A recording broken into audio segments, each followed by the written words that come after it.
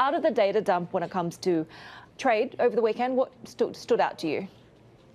Well, you just ran through some of those numbers, and it's really kind of a two-sided story here because you have the domestic slowdown that we've definitely seen because of a confluence of different headwinds facing the domestic Chinese economy. There's been power shortages. There's been the chaos hitting the real estate developers. There's been transportation bottlenecks, obviously. There's been, selected coronavirus outbreaks that have dampened consumer sentiment and consumer demand in China. But outside of China, as the world is opening up, in particular in the United States and in Europe, where demand for Chinese-made products has been surging, despite the transportation bottlenecks across the Pacific and elsewhere to Europe, of course, Chinese exports are doing very well. In fact, better than expected. Exports in October, in dollar terms, up 27.1% to $300.2 billion US dollars. The forecasts were for a 22.8% rise. It was the 13th straight month of double-digit gains for exports. And you're right,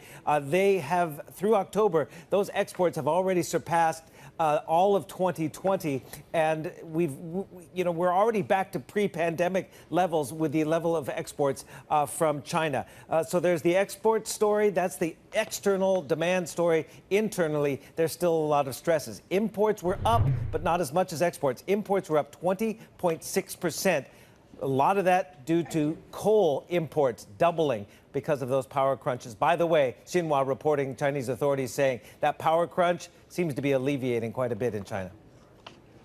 Steve, you mentioned one of the domestic stress being the chaos hitting its real estate developers there, and we do have more dollar bond coupons due for China Evergrande. What's the latest?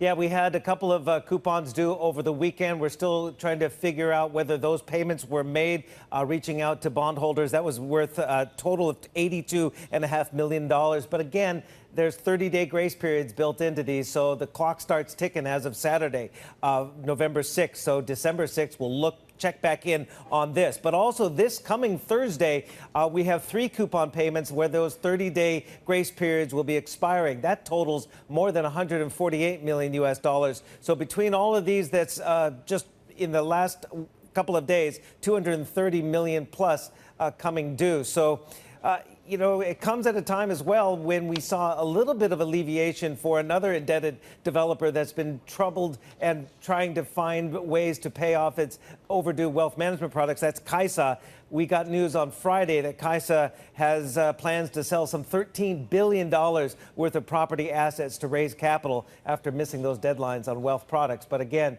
none of these indebted and troubled developers are out of the woods yet, obviously, and it has been a big drag. Another one of those big confluences of headwinds facing the domestic Chinese economy.